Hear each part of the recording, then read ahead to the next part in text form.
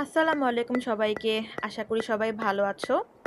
এটা হচ্ছে আমার কুকিং ব্লগ পেজের একদম ফার্স্ট ব্লগ। তো সকাল থেকে আকাশটা কেমন যেন মেঘলা মেঘলা ছিল। তোমাদের সবাইকে আমি প্রথমে একটু দেখিয়ে নিয়েছি।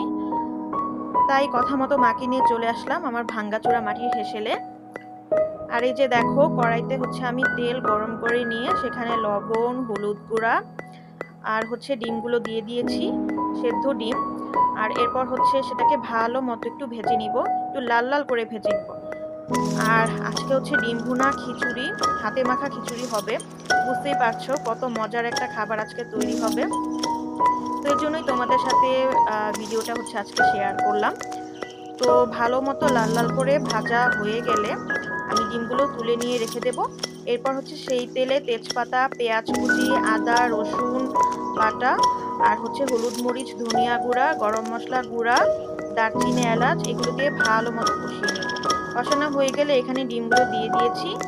আর হচ্ছে আমি ঝাল খেতে একটু বেশি পছন্দ করি, তাই আমি এখানে এক্সট্রা করে একটু কাঁচামরিচও অ্যাড করেছি। এরপর হচ্ছে এটাকে ভালো মতো কষিয়ে নিতে হবে।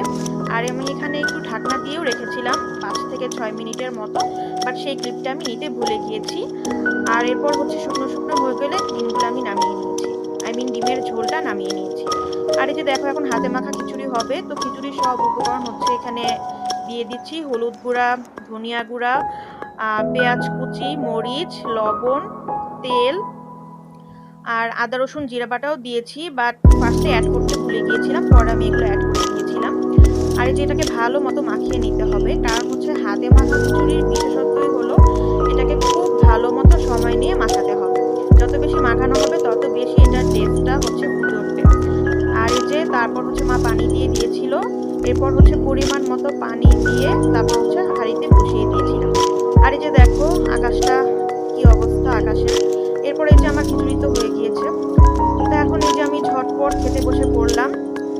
এই যে দেখো আমার প্লেটে আমি খিচুড়ি বেরিয়ে নিয়েছি, তারপর ডিম ভুনা, এরপর হচ্ছে লেবু, কাঁচামরিচ সব কিছু দিয়ে খেতে বসে পড়লাম।